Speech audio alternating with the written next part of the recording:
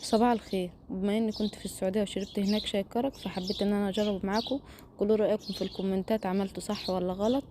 معايا كوبايتين ميه وكوبايه لبن وخمس حبات قرنفل وخمس حبات هيل او حبهان وعود قرفه.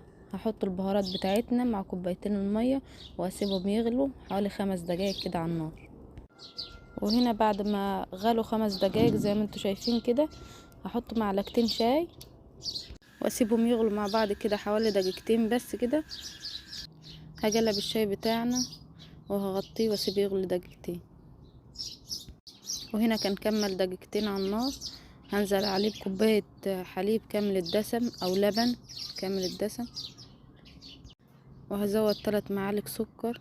السكر حسب الرغبة، يعني عايزة تزود تاني زود. هغطي البراد بتاعنا تاني واسيبه يغلي كده حوالي دقيقتين برضو. هنا بعد ما غلى ما شاء الله زي ما انتوا شايفين كده كان استوى. طبعا انا عايزه اقول لكم اتفضلوا معانا، كانت احلى كوبايه شاي. استنوني ان شاء الله في فيديوهات جديده، واعمل لكم ان شاء الله مشاريب للشتاء كتيره. ولو عجبكم الفيديو ما تنسوش اللايك والاشتراك والشير عشان يوصلكم